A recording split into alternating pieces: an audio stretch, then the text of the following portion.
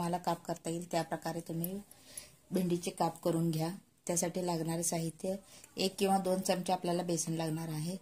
तुमच्या आवडीनुसार तिखट कमी जास्त चटणी घाला, थोडीशी हळद, थोडं मीठ। एवढे साहित्यापासून आपल्याला भेंडी फ्राय बनवायची आहे। आता त्यात आपण पहिल्यांदा 1 चमचा बेसन टाकून घेऊ। लागेल तसं घालायचं, जास्त घालायचं नाही आपल्याला, त्याला बेसन पाणी घालायचं नाही त्यामुळे। आणि पहिला चमचा चटणी टाकून घेते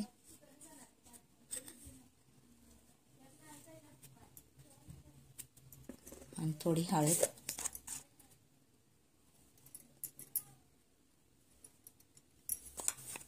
आणि चवीनुसार मीठ।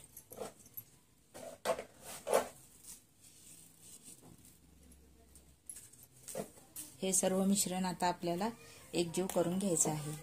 जास्त मळायचं नाही ह्याला, आपल्याला फक्त हलक्या हाताने असं मॅश करून घ्यायचे, जेणेकरून सर्व मिश्रण त्याला व्यवस्थित लागलं पाहिजे।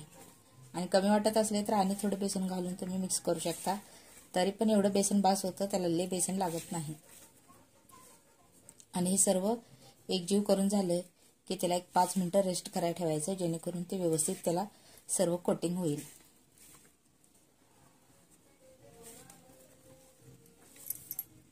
आता तुम्ही पाहू शकत असाल कशा भेंडीला व्यवस्थित बेसन लागलं आहे। जास्त आपल्याला चोळून लावायचं नाही, फक्त हलक्या हाताने ह्याला मॅश करून व्यवस्थित बेसन असं लावून घ्यायचं आहे।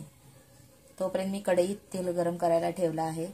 तेल गरम झाले की ह्याला आपण फ्राय करून घेऊ, जेणेकरून ही खुसखुशीत आणि क्रिस्पी लागतील। जी मुलं खात नाहीत ती सुद्धा ही भेंडी आवडीने खातात, कारण त्याची चव खाण्यासाठी खूप अप्रतिम लागते। एकदा ट्राय करून पहा, केल्याशिवाय कळत नसतं। त्यामुळे मी नक्कीच सांगेन की अशा प्रकारे भेंडी तुम्ही करून मुलांना नक्कीच खाऊ घालू शकता आणि ते आवडीने देखील खाऊ शकतात। आणि ही जर माझी रेसिपी तुम्हाला आवडली असेल तर नक्कीच माझ्या चॅनलला लाईक, शेअर आणि सबस्क्राईब करायला विसरू नका, जेणेकरून मला नवनवीन व्हिडिओ बनवता येईल। आता आपण भेंडी फ्राय करून घेऊ।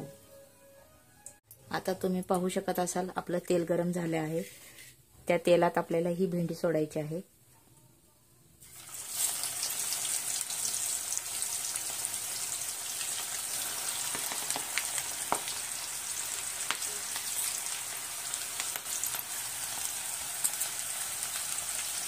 तेल चांगलं तापलं की व्यवस्थित भेंडी फ्राय होते। व्यवस्थित याला तळून घ्यायचं आहे आपल्याला।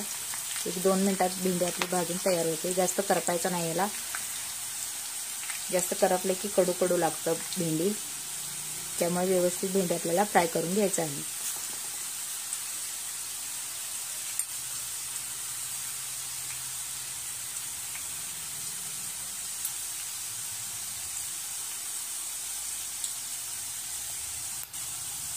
आता तुम्ही पाहू शकत असाल आपली भेंडी कशी व्यवस्थित भाजली गेली आहे। अशा प्रकारेच आपल्याला भेंडी भाजून घ्यायची आहे, जास्त करपवायचं नाही या भेंडीला आपण। आता त्याचं तेल ही थोडं हळूहळू थंड होता चाललं आहे। अशा प्रकारे भेंडी भाजली की याला काढून घ्यायचं आणि थोडंसं गार झाली की नाही ही भेंडी एकदम क्रिस्पी होते। थोडं गार झाली की तुम्हाला मी दाखवतेच कशा प्रकारे क्रिस्पी होते ते। आणि हे आता राहिलेला दुसरा बॅच सुद्धा आपल्याला सोडून घ्यायचा आहे।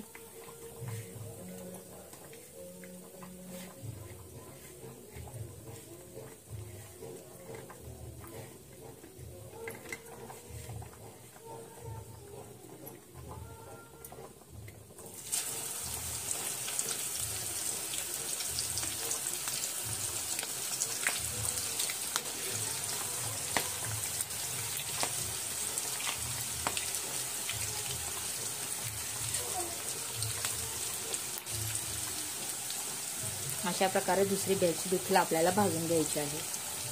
तुम्ही पाहू शकत असाल अशा प्रकारे आपली ही भेंडी फ्राय तयार झाली आहे। किती सुंदर दिसत आहे पहा।